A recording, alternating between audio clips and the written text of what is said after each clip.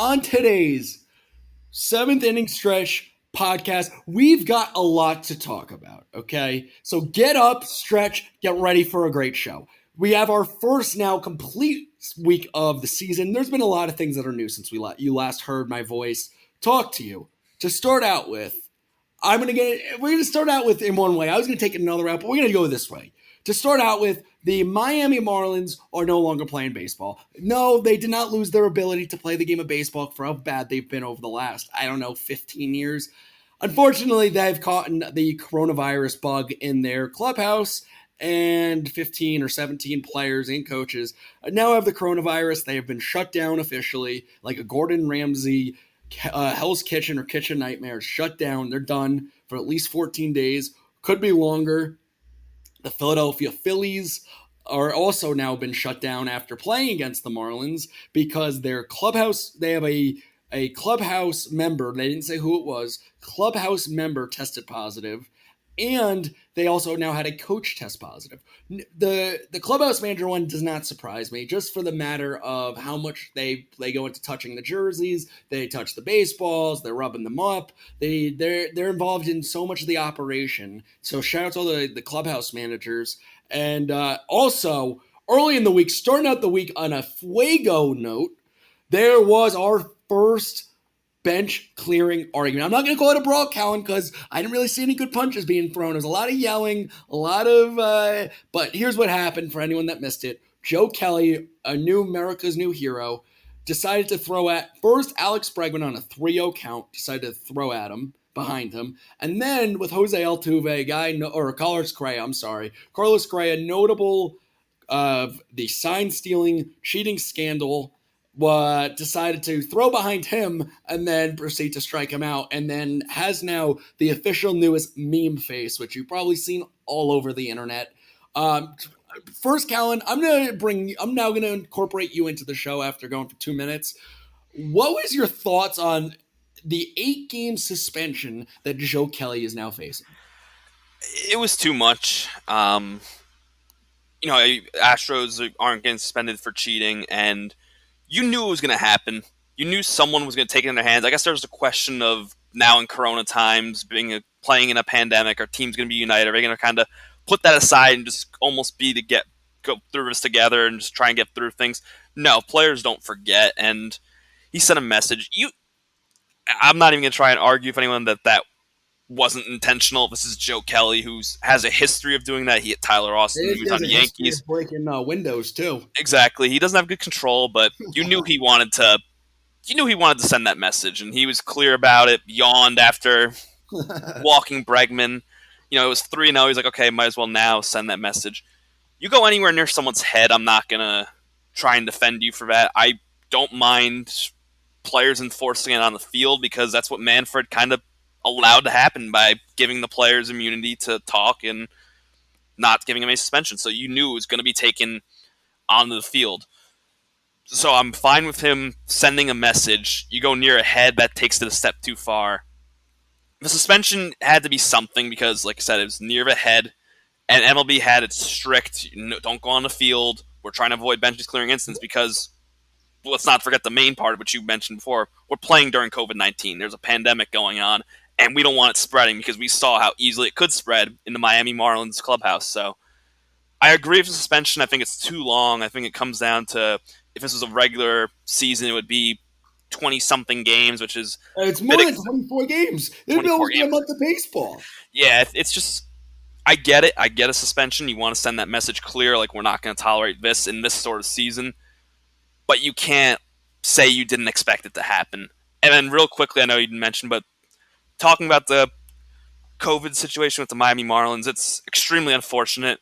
We kind of knew something like this could happen. We didn't know if it was going to get to this extreme of a level. When the reports started coming out, I'm not going to lie, I thought it was doomsday situation for Major League Baseball. I thought the season was going to be paused or shut down. Finally, Major League Baseball made a smart decision in completely shutting them down. I really thought they weren't going to do that if they were going to keep playing, and they were going to just be like, call up your guys and we're going to keep going through this. They shut them down for the week. They shut the Phillies down for the week. They moved the Yankees to Baltimore since both of them were waiting so long to play. So Major League Baseball is taking the right steps, which I didn't know if they're going to be able to do because there hasn't been many right steps during the entire negotiations this offseason. But putting the Yankees and Orioles together, shutting down these two teams, it's a step in the right direction. We're starting to see some positiveness come out of the Phillies, the test, but now with the coach, we'll see. Hopefully, the players continue, but they're again being smart, shutting them down until next week. Hopefully, by the time we record our next show, we will have good news on it, and that the Marlins and Phillies will be ready to play baseball again. But just have to keep our eyes on it, and they're also taking more good steps into this, and with some of the news that came out today. But it's a step in the right direction in this. It's extremely unfortunate it had to happen, but they're still playing baseball, which I think is just still a good thing for at least us doing a baseball show. Yeah, and what I want to say, I'm going to call out Manfred and then I'm going to compliment Manfred, okay? I'm going to call out Manfred because when you don't do your job as a leader in the industry of baseball, you leave it to put into players and other individuals' hands to get their justice in which they are looking for. Yeah. That's a dangerous thing by offering all these players immunity in order to talk and to get to the bottom, even though Manfred's known for 2 years about the sign stealing scandal. He's known, decided to give all players immunity, and players in the league are not happy because nothing happened to them. And Joe Kelly, a pitcher who was not on the Astros, is now serving a longer suspension than any player involved in the detrimental part of the game. Yeah, and Joe, one more thing about the COVID thing to go back to it real quick because I just thought of it. The Marlins, before that game on Sunday, found out that 3 players on their team tested positive. Yet they held a players' meeting or in the group chat, the players voted itself to play. Where was Don Mattingly stepping in? Maybe he was part of that vote. Where was Major League Baseball stepping in there? I'm going to put blame on both the Marlins and the Major League Baseball here. Where was someone saying, you've had 3 people test positive in the past day. Who knows if you've infected anyone else? Maybe we shouldn't play today. I don't know why this. They infected more people. I can guarantee. It's you see it clearly By did. the It's numbers, it's up to 19, it's to 15, 17, 19. The numbers keep rising for the amount of players and coaches who've been. It's been about now half of the traveling active roster in the taxi squad who have been infected. So absolutely they infected it by playing in that game. And But they're going to go after Joe Kelly and for throwing at him for Manfred's mismanagement. That's what they're going to do. However, what I was going to say about giving Manfred credit, however, though, is he did come out when everyone thought this was doomsday. He did say, "Well, we anticipated this happening, so like we're cool as a cucumber." I was like, yeah, all right. you just wonder what point is going to be the end of it. He said it's I have an answer for you. I have an answer for you.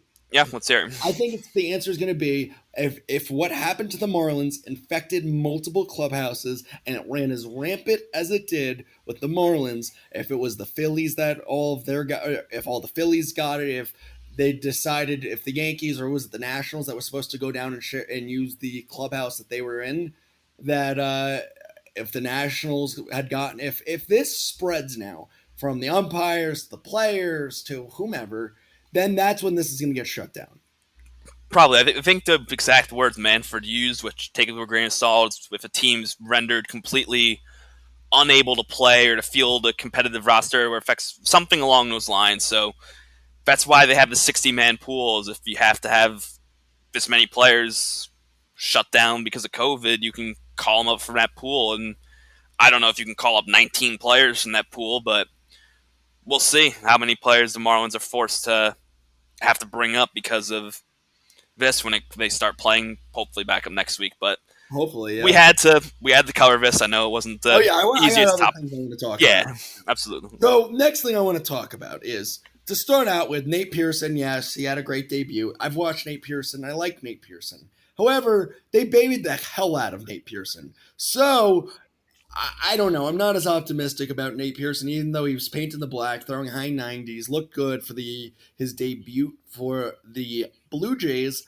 I just don't know. And we have an update. Steven Strasburg missing his turn in the rotation again. Moustakas and Senzel are back for our Reds, and they're not looking so good. Neither are our White Sox. But next, Evan Longoria and Brandon Belt activated, 2 really old players that are way past their prime, and the Giants still stink. At least makes the Giants lineup recognizable. Yeah, I'm sure you pulled up the Giants Yeah, lineup and saw guys like Darren Ruff, Alex Dickerson batting in the Darren middle of Ruff. that lineup. It's not a it was not a competitive lineup Giants trotted out, but respect to them for splitting a series with Dodgers with that sort of roster. And but yeah, the Giants are going for a rough season. At least now They they have are. some recognizable names. Yeah. Which will be interesting. And then now Mike Trout, best player in baseball, now on maternity leave. Or paternity, I'm sorry, I don't know how to read. He's now on paternity leave. Mike Trout, again, undisputed best hitter, five-tool player, now on paternity leave. And that's a huge, huge loss for the Angels. I think it's even bigger because he had mentioned early in summer camp, how he was unsure about the protocols and he wanted to be there, and who knows how long he would have to quarantine himself for the birth. Maybe once his child is born and he's there with them, he realizes maybe I should just stick around the whole rest of his season. He seemed pretty willing to play. He said before the season started, like, I'm here to play. So I think those doubts probably have started to fall away, and he'll probably take the time needed to be with his wife and during the birth and the starting point. But I feel like he'll be back out there, but it's something to keep an eye on because he has been boisterous about possibly missing time and concerned about playing during this pandemic. Yeah.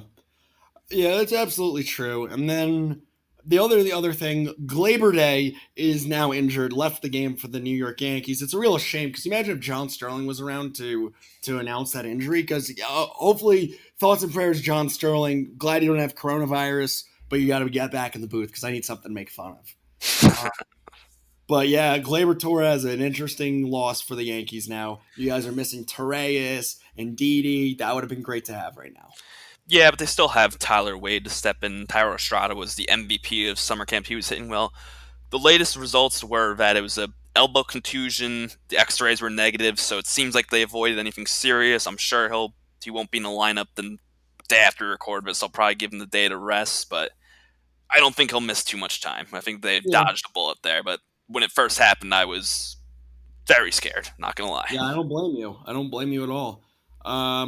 So I guess now we're going to start jumping into what the hell our show is really supposed to be about is baseball and what's new. Basically, let's start it out with I'm going to start this out in a different route than we intentioned, Kellen. What I want to talk about is that the New York Metropolitan bullpen is the same way that my preschool teachers described me to my parents when I was 4 years old. That here's the thing. It's going to be a roller coaster. There's never going to be an easy day, and it's either going to be really good or really bad all the time. There's never just going to be an all right day for the Met bullpen. And that could not have been more apparent than watching today's game with Jerry's Familia, who normally stinks, decides to just throw a gem of like an inning and a half against the Red Sox. And then we had Edwin Diaz. I flip on the game, and Edwin Diaz decides to walk the bases loaded, hits a guy, then hits another guy, bases loaded, walking it in, and then just decided to have an absolute meltdown, throwing 44 pitches. And basically, the Mets stink. They stink. They're an embarrassment. Even though I like Luis Rojas, and he's done a hell of a job so far. He looked good with pinch hitting for Robbie Cano instead of Kipnis that we just got. And then he decided after Robbie Cano got a hit that we're going to put in Jimenez, who stinks as a hitter, that I've talked about many times. And then he stole a base, looked good. And then the Mets had the bases loaded and couldn't do jack beans. I almost cussed because I'm that upset. They couldn't do jack You, when, yeah. no, go ahead. This is your No, team. I'll let you go because I'm just going to keep rambling. No, I think you saw the bullpen point even today as we're recording this. What happened, but even on Wednesday they had the tie game going into the seventh inning, or even ahead. Seth Lugo, who's usually locked down, he blew the save, and in the eighth tie game they bring in Justin Wilson. He stays in the game too long, kind of feel like a mismanagement of lefty versus righty. Maybe the three batter rule came into effect there, but he blew the save. It's almost like just a lot going wrong with the Mets right now. That bullpen is, like you said, a disaster. Opening day, it seems so positive. Maybe it turned a new rope. Nope, it's the same old story with the New York I Mets. And think, Callan, we have to talk about this. I think every time we record, the Mets just like to punch me in the face. Every time we Yeah, recorded this show, the 15-2 game the other day, and now this. What the hell's happening when we record these games, Calvin? I think we just got to keep recording. I think this is a more entertaining you than if This things were sucks. all rainbows and unicorns. I wouldn't have fun talking Yeah, this Mets with sucks, you. Calvin. This is such a low point. You have no idea. I sat there wondering how the hell could that be possible? That a bullpen with Edwin Diaz, with Batanzas, with Familia, with Drew Smith, all these guys that I'm like, you know what? They start to pitch well, and then you put them together and they just stink. That's I baseball just don't for you. get it. And then their fucking lineup, excuse my language, decides to do nothing. Wilson Ramos hitting 220? Wake the hell up, Wilson Ramos. You're fat, you're slow, and you're a terrible catcher right now. You stink. And Jeff McNeil, he needs to get his head out of his ass. It's baseball for you. I'm not going to worry about the Mets lineup I just am. of yet. It's just of yet. It's what 7 games in the season. They've got the talent. Jeff McNeil was great last year. Wilson Ramos is going to be down at the bottom in the order. You just need him to do better than he is right now, but I don't think you need to worry too much about him. He's going to get put up numbers. Pete Alonso, you know where he's going to be. I think the Mets lineup's not their concern. It's just more of And the their rotation stinks. their rotations. What did I tell you about Rick Porcello? That guy stinks. I That was guy does not deserve to have an arm to throw a baseball. That's all I I got. I was surprised they weren't in on Mike Foltynewicz, who got DFA'd by Yeah, the what the hell? Why Braves. does anyone go after him? The Red Sox could use him. The Astros could use him. The Dodgers, and it's not like it's a salary problem. He makes $5.5 million. Even the Rangers, they lost Corey Kluber for likely the season with the Yeah, update on his elbow or shoulder, whatever it was. He's going to probably miss the season. If he comes back, he'll be out of the bullpen, so they can use a fresh arm in that rotation. And they don't have a lot of depth in the minors, so he was I'm in the All shocked Star no one. game 2 years ago, Callan. 2 years ago, he was in the All Star game. Last year, he started game. What was the third game for the Cardinals in the playoffs? He was one of their guys in the No, the playoff Braves. rotation. Yeah, Braves, yeah, well, against the yeah, Cardinals. I meant. yeah, Sorry. yeah, yeah. But it's just amazing to me that something that's so predictable. You can't even look at me and say that the Red Sox don't need a starting pitcher because every single day I go, who the hell is this guy? You can't tell me any of these teams don't need it. And a year that pitching in the Metropolitans looks so atrocious that we can't figure it out is it's unbelievable. And Aaron Judge just hit a game-winning 3-run blast Yep, in the top. I was smiling the entire time. I didn't want to No, interrupt this no, podcast, but Aaron Judge just does judgy things, and didn't I tell you he was going to go yard today? I don't remember.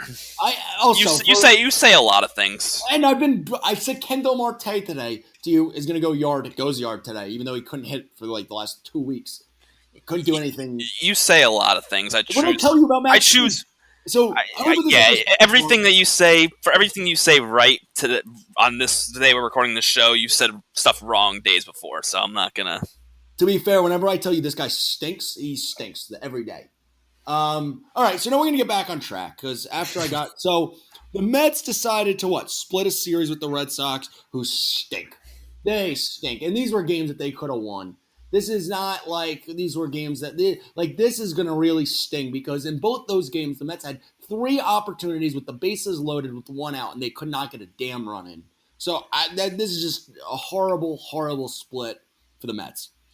Yeah, Mets had an opportunity there. Red Sox had an opportunity too to try and get back with the Mets' atrocious rotation and bullpen. DeGrom looked great in his Lone Star. You knew that was going to be a game the Mets had to win when it was their ace against the Red Sox, quote unquote ace. But if you're splitting, there's not too much to really take away. I think we covered a lot of the Mets' takeaways. Is that bullpen is hot garbage right now, and hopefully they can turn it around fast because they're going to need it right now because that rotation's also not great. I'm just so upset. I really am. It's just I just don't get it. I don't understand it. But we're gonna go. I digress. We're going off to another topic because this topic I could spend all night just being really upset about. So next, we're gonna talk about is the Washington Nationals. Right, the Washington Nationals split a 4-game series against the Blue Jays. Cal, what was your thoughts on that series? It was concerning early on. The first couple games, Bo Bichette was out of the lineup. He was scratched. Finally, on Thursday, he was put back in. It was a little hamstring issue, but he's good to go. We saw the debut of Nate Pearson. I think that he he looks sharp. He was inconsistent at times, but I think he showed his upside and his electric stuff. So if you're a Blue Jays fan, you should be really excited for him. He's going to be in the rotation for the rest of the season. There's no reason to send him down. The Blue Jays, they look legit. I think they have a good lineup. Teoscar Hernandez has really stepped up this series, and he's going to be a big bat in the middle of that lineup. But for the Nationals, I think you're continuing to go through some of the same stuff we talked about last week. The absence of Juan Soto, which shouldn't be too much longer. It sounds like he's healthy. They're just waiting on approval from the DC, from Washington DC, to have him back. But with travel and everything, he could be back by the time we record the next show. Maybe I don't want to keep guessing on it, but yeah, we saw how much the Nationals they need him in that lineup, and the Blue Jays. There's some promise there right now. I'm liking what we're seeing out of Toronto with the young guys, of course, Guerrero, Bichette, Biggio, and then have other guys like Teoscar Hernandez step up, and then Nate Pearson puts some jolt in that rotation. Watch out for the Blue Jays. I think Yeah, Blue Jays are a team that they are a lot of good young guys that can really play. I'm really excited to see how they develop throughout the year. Next, we're going to jump into is now we can talk about it. The New York Yankees decided to just beat up on the Baltimore Orioles. What did they sweep in three or they two? swept them too. Two. Yeah, that's sad. Playing two games. Yeah, it was not on the schedule. If you had penciled in the Yankees and the Phillies, that was what was supposed to happen, but that did not happen. So Major League Baseball decides to, hey, we'll play two games between the Orioles and the Yankees, and let's see how much of a demolition that could be. Yankees did what they had to do. It got a little scary here on Thursday night after they kept Jonathan Loaizaga for one inning too long when you have guys like Tommy Kahnle and Chad Green good to go, but they pulled out the win. They did what they had to do. DJ LeMahieu had his first really good game of the season. The first game going 4 for 5. Gleyber Torres had a really good series. Luke Voigt's bat starting to wake up a bit. Positives all around for the Yankees. Garrett Cole had another really good start. He's Garrett Cole. You know what to expect. I guess the concern continues to be Gary Sanchez. He's still yet to get a hit. He looks a little lost at the plate. Other guys are stepping up around him, so we don't need him exactly as of now, but they're going to be the point where Gary Sanchez needs to get that back going a little bit. His defense has not been atrocious yet, so you could tell he's worked on that, and with the new catching instructor, he's improved defensively, but hopefully that doesn't take away too much from his bat, because it's been ugly watching him bat this season. Yeah, he hasn't had a hit. He and I got the same batting average, Callan. Good for me. Feel really good right now. He They makes should. some money. I sit on my couch and talk, and we have the same batting average. Next, we're going to dive into the Cleveland Indians and Shane Bieber. Man, that guy is good. He is just unstoppable. What do you have? 13 strikeouts today? 13 strikeouts today, 14 strikeouts on opening day. He's set a modern live ball era record for most strikeouts in your first two starts of the season.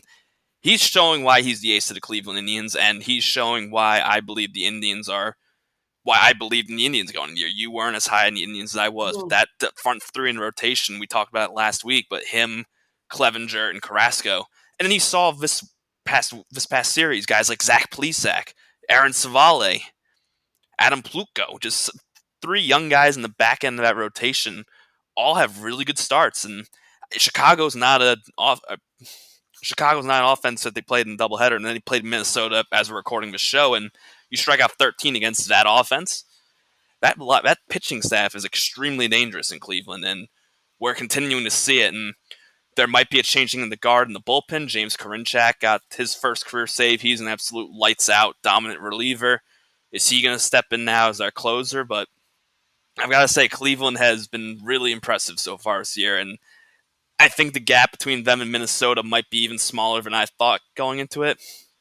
And I would like to almost declare a win on me being as higher on you than the Indians. Hey, it's an early season. What can I say? Yeah, if we prorate it right now, it's like 20 something games in, but we're only like 5 in. But I don't know. I don't believe in him. He did quite an offense in the Twins, who led baseball with like home runs last year, broke a bunch of records. But here's the thing: when you have that many guys that do swings and misses and are swinging for the fence, you're gonna get a lot more punch outs. So that's how he had a fantastic outing. But we know that the Twins are going to be leading the league in strikeouts and home runs this year. Sure, you can make that argument, but Thank you.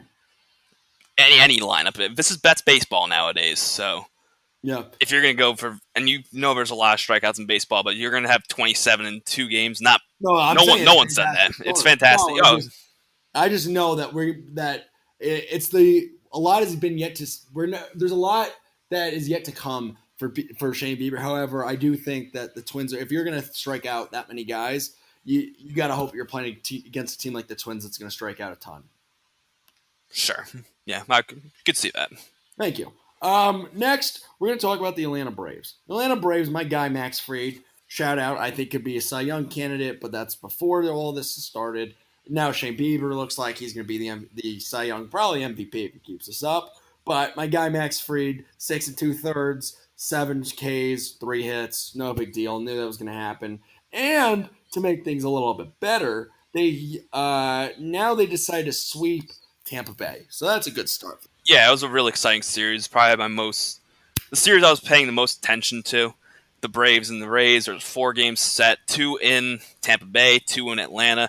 In Tampa Bay, I think the one thing that stood out to me was Tyler Glasnow made his first start of the season. Yeah, he only went 4 innings, but he had 9 strikeouts, and he displayed also extremely good stuff for boosting that Rays rotation, which also is unstoppable at times.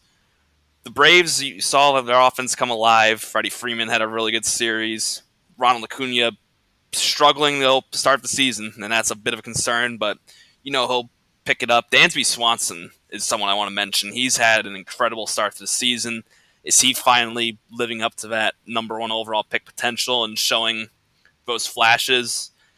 I think he might be. And as you mentioned, Max Fried had a really good start, and he's someone the Braves are going to have to rely on a lot on top of that rotation, especially if Cole Hamels struggling to get back healthy. He has not thrown off a mound yet. Who knows when he's going to make his return? And the Braves might be getting a boost in their lineup too if Nick Markakis deciding after opting out, you know what, I think I want to come back and Is that play. allowed? I don't think so, but baseball has changed its protocols on a fly with all this. Maybe they'll. How's that? Like, this is what I said to you the other day. It was like, I feel like if this is going to be a thing in the NFL, Brett Favre is going to come back. And he's just going to magically just start throwing touchdowns again. In the Wrangler pants. That's it. In the jeans. Yeah, who knows if they're actually going to allow it, but he's expressed that he wants to come back. And I feel like baseball will likely allow it just because why not? You get more players out there, and he can slide right into the middle, the later part of that Braves lineup, and just get a nice boost in right field, shift Acuna over to center. Ender and Ciarte can play like a DH. Markakis doesn't have to play the field as often, so they'll find a way to get him in, and he'll have a nice boost to that lineup because he's just the consistent hitter in Markakis. But Braves have been exciting so far, and Fried is, like you said, he looked dominant today. Yeah. Next, we're going to talk about the Chicago Cubs taking on the Cincinnati Reds. The Cubbies take 2 out of 3, and today was rained out. I feel like half the games in the last 2 days have been rained out. I think it's just going to get worse. So our Reds are looking really bad, Callan. Yeah, I think they've not looked good so far. There was probably a bit of a lull when Mike Moustakas and Nick Senzel were out due to illness that seemed like it wasn't COVID related, but they were taking the precaution that maybe it was COVID related. He comes back in. They come back in the lineup on Wednesday, and the Reds have a 12-run outburst with Mike Moustakas going 1 for 2 with a home run. Maybe that's the spark the Reds need to get going, is getting Moustakas and Senzel back in the lineup. We'll see. So far, it's not looked good, but we know how good this team can be, and we've seen flashes of it last series. But I'm not going to start worrying about the Reds yet, but it's getting that point. It's getting. At this point, I'm worried. Had them and the White Sox stink, and I'm worried. You see, I think that's the difference of us. I'll take a little more patient. Even in a 60-game season, I'll be a bit more patient. This series is huge for the Reds, though, coming up.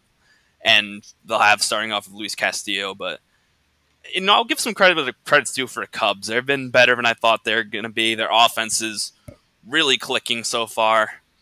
How long is it going to stay? I'm still not sold on the Cubbies. I think their pitching just is not as good. I think that's going to be a downfall for them. Their bullpen, you saw it shaking, how shaky it could be the other night when Craig Kimbrell struggled to get a save. He just looks. I think every time I watch Kimbrell, he just sucks. I don't know why. I think it's he shaved his beard. Now it's like just a Yeah, normal so. You babyface know Craig who they Kimbrell. should bring back? Brian Wilson. Ooh, that'd Speaking be of the beard, yeah, that'd be a but good time. Just throw gas.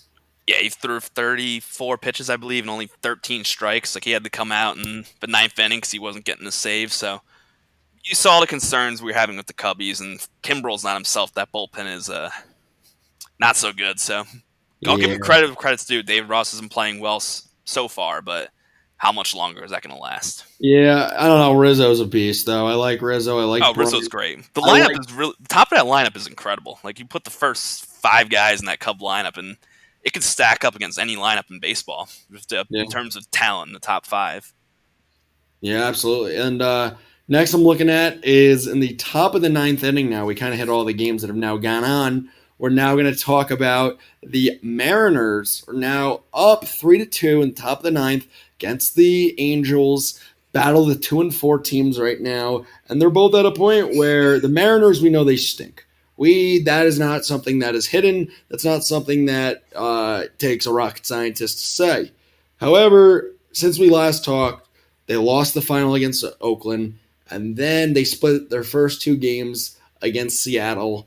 And it looks as if now it's 4-2. So yeah, I'm really losing hope for the Angels. What are your thoughts, Calvin? I'm agreeing with you. I'm concerned about the Angels. We saw them also. Their bullpen struggling this series. Their starting rotation hasn't been great, and they finally got Rendon back this series, which was huge. He was struggling with, I believe, an oblique injury. Start the season, missed the first series in Oakland, but came back in Seattle. His first game, he had a home run. So you saw and he's now going to be huge if Trout's out for an extended period of time. And we're seeing it tonight as we're recording this show, just how futile that lineup can be without Trout. But I'm definitely concerned about the Angels. I think their starting rotation, it's got some upside guys. Dylan Bundy flashed in his first start, but then in the start on Thursday, kind of struggled a little after he gave a home run early. So I'm definitely on your side. I'm concerned about the Angels. They've got to get something going here because we've seen. Yeah, I think I'm concerned. And if Yeah. Seattle, good for you. You're seeing some exciting players. You're seeing some guys who could be part of your core. I've mentioned Kyle Lewis before. I'm going to keep mentioning him. He just looks great, and you can tell he might be part of that future in Seattle and put him in between guys like Jared Kalenic and Julio Rodriguez who can get called up soon, hopefully. And you got an exciting young outfield in Seattle. So it's fun. It's fun to watch someone like Seattle do well, and yeah, I'm concerned They with used to how. be sleepless in Seattle. That's what I used to call them, like the movie. That's kind of how they were looking. But White Sox were off today. They beat the Indians yesterday. I knew we forgot to talk about them. They won 4-0 the day before we released this.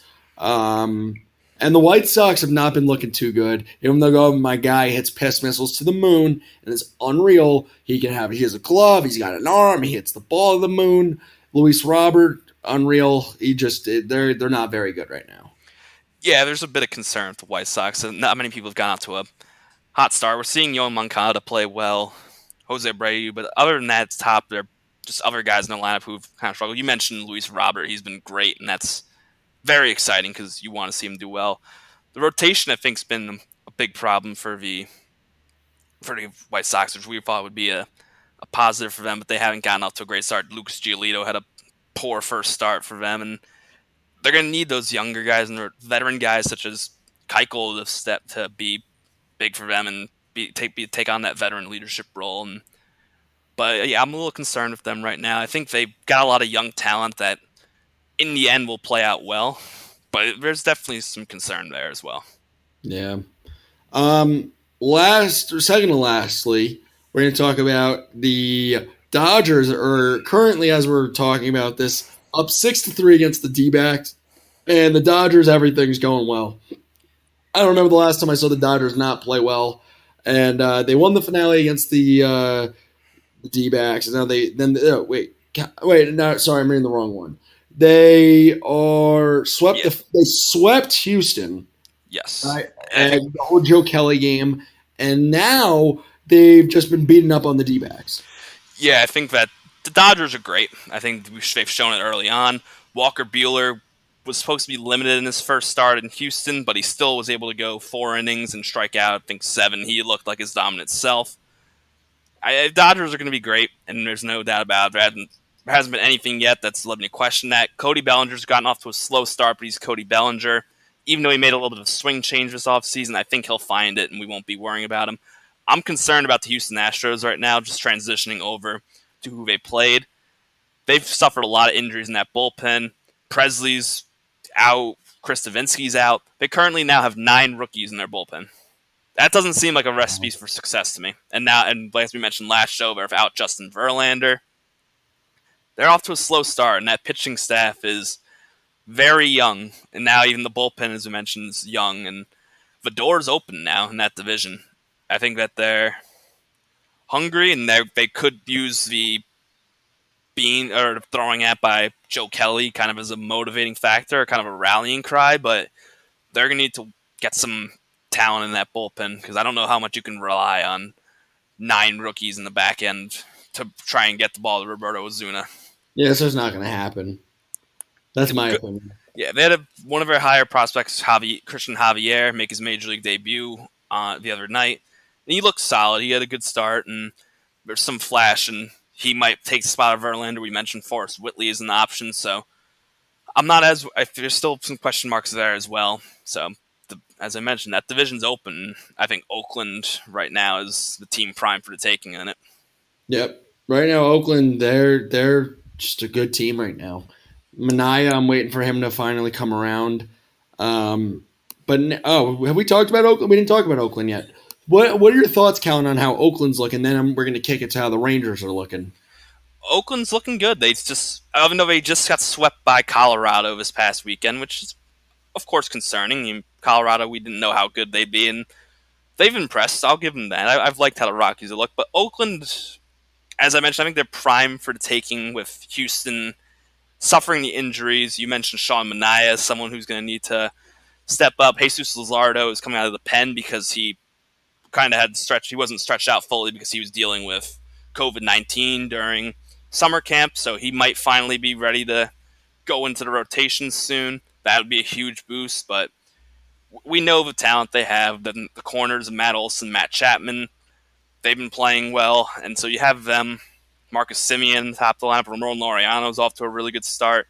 I like their lineup. I like their depth. I think they're going to be fine, and I think hopefully after losing to Colorado, it's always, of course, concerned getting swept, but I wouldn't worry as much about Oakland. I think they're really talented, as you said. Yeah, and they got depth. They got young guys. They got Chapman, Olsen. They're a really good team. And even though I think Montes stinks, and I don't understand why he's their opening day pitcher, but I digress.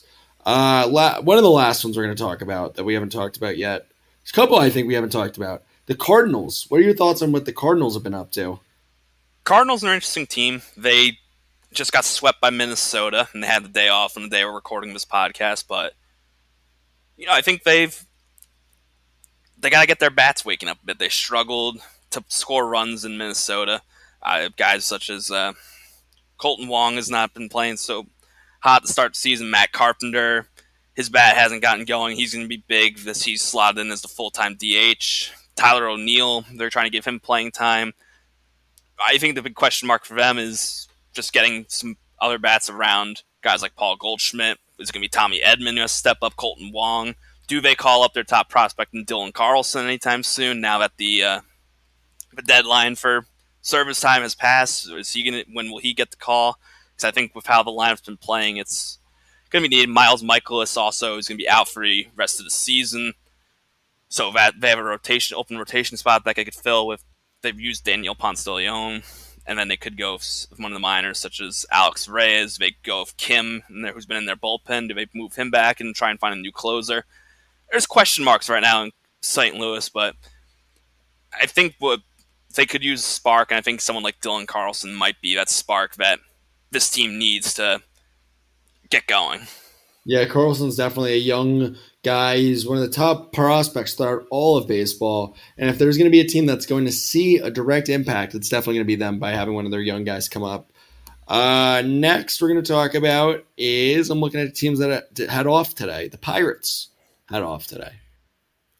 Pirates They are the don't cover. Pirates. No, yeah. Yeah, I think it's they just lost 2 out of 3 to Milwaukee. There's not too much to say about the Pirates. We kind of knew what this team was going to be. That's really it. I think there's just they've struggled in a What lot do of you think of areas. Mel Cruz? That's my question.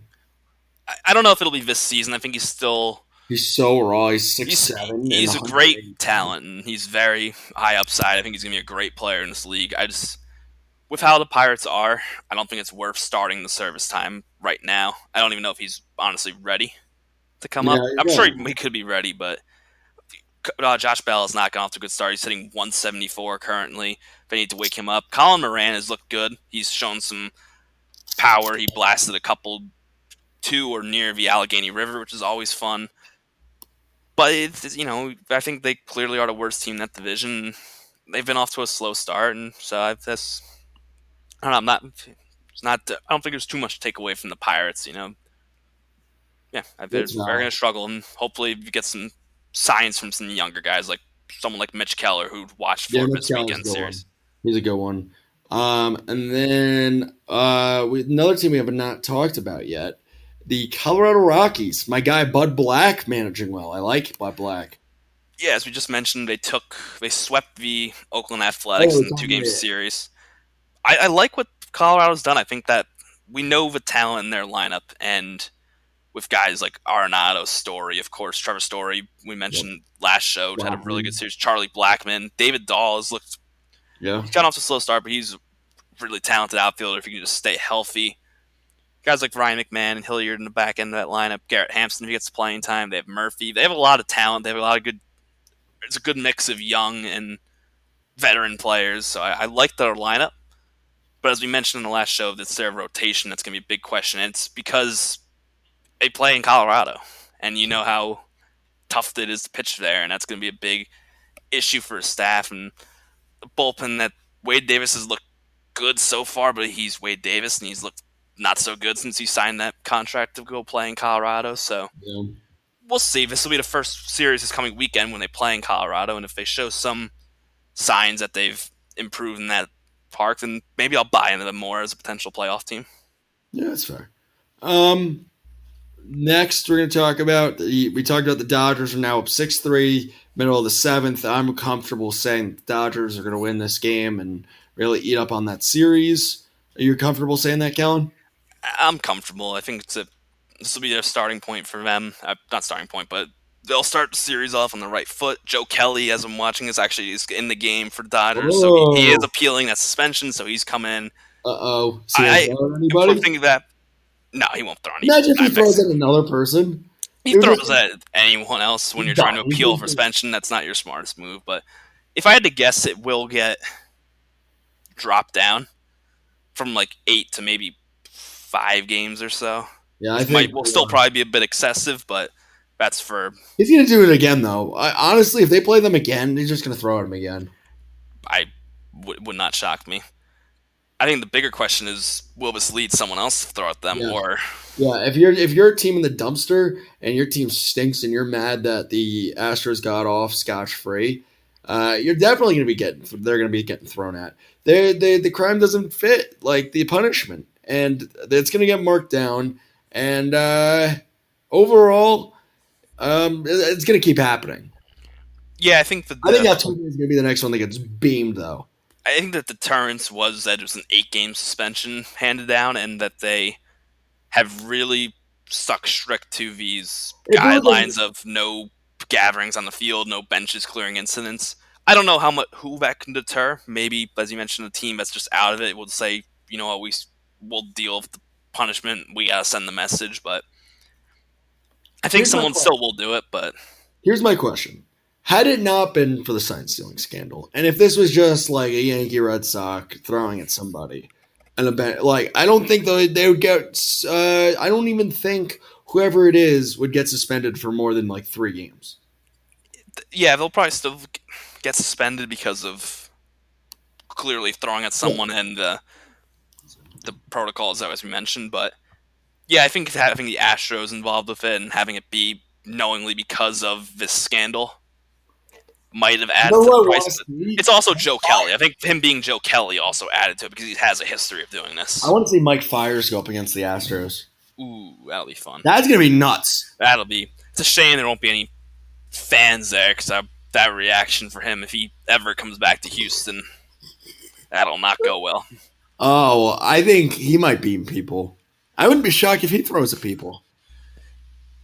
Who knows? Oh, if he was able to hit, man, they'd Astros pitching would 100% throw at him. That's Yeah, exactly. Um, Next, we're going to jump into the Padres looking really good right now. They're in the seventh inning. I'm willing to say that they're going to beat the Giants. They're up by 4 as we're talking about it. And I have no trust or faith in the Giants at all. So we're going to chalk this up for a win for the Padres.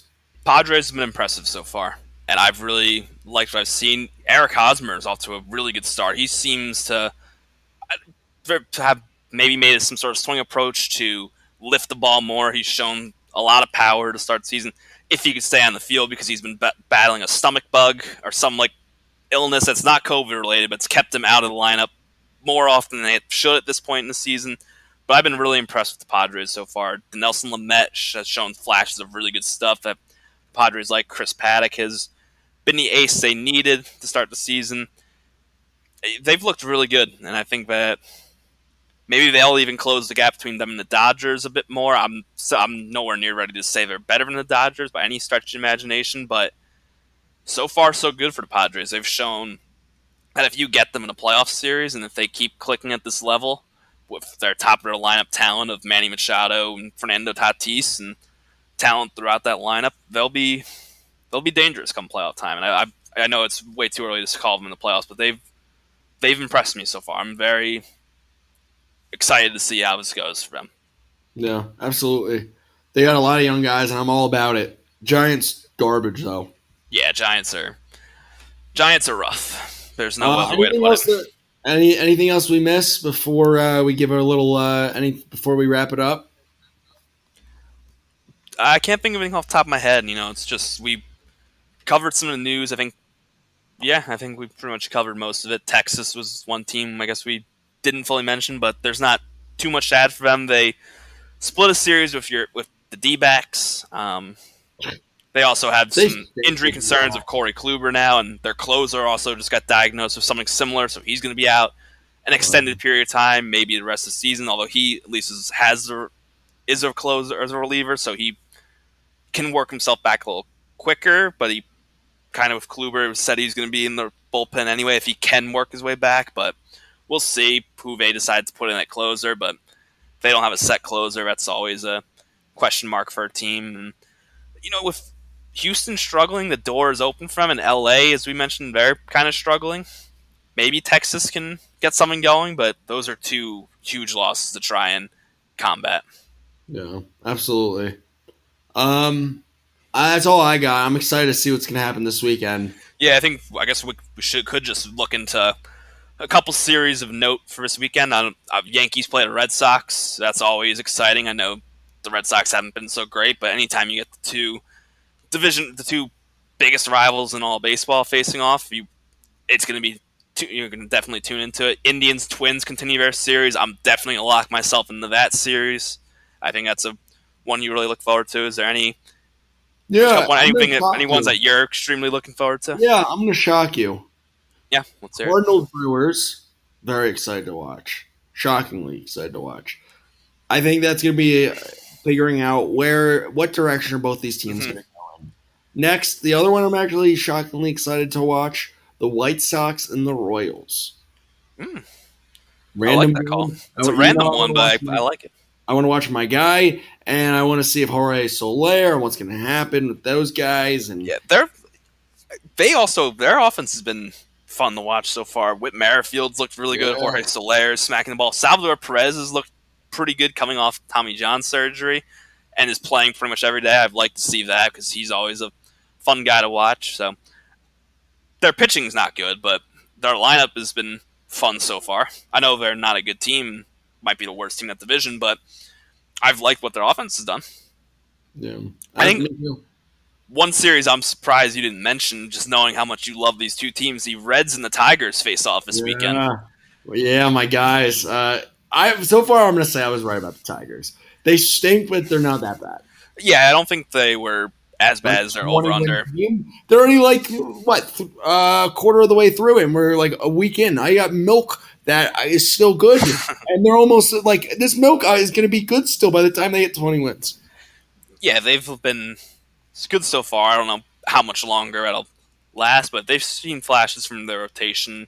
It was nice seeing Miguel Cabrera go deep twice Yeah, on Thursday when we're recording this show. But this series for the Reds, I think, is huge. It's kind of a we got to beat up on an opponent we're clearly better than because so far we have not done that, and we're sitting at 2-4 when we were the team. And it's still early, of course, but in a 60-game season, you got to kind of send that message soon. And you're starting off on the right foot, having Luis Castillo go and having Trevor Bauer start the next day. But Bowers it's a looked big good so big far. series for Cincinnati. I think if they end up losing 3 straight to start the season, I'll be more concerned than I You know what's am right now. interesting, Don? Do you know that there was not a single series in opening weekend that was a sweep? Yeah, I've noticed that from so Weird. far. There's a lot of close series. Like teams are. There's been no sweeps. I don't even think. I think right now it's been sweeps because it's a 2-game sweep, but none of the 3-game series have ended up in Which is the sweeps. first time in baseball history. John Smoltz told me that today on the broadcast. Wow, Yeah, I did not know that part. me neither. It's Also, that the Marlins are still in first place. That's crazy. wow. I did Yeah, not. I heard that from Smoltz today too. That's crazy. Hopefully, as we mentioned before, hopefully they're back on the field soon because there was some people I was excited to watch in Miami. I was a bit higher on them. I like that young rotation. Who knows if it's going to look the same next time they play because we don't know which of the active roster was diagnosed. We know a couple players, but it's been pretty close as to who it was that was diagnosed. But hopefully it doesn't affect them too much or doesn't affect the product too much, and they can at least field a competitive roster to still give Marlins fans a reason to keep watching. But obviously, thoughts go out to them. Hopefully, they get well soon, and that we get them back to playing baseball because there's some exciting guys you wanted to watch for Miami this season. Yo, Callan, I just saw something that apparently during your Yankee game today, did you see what was on the keys to the game? Oh, don't get corona.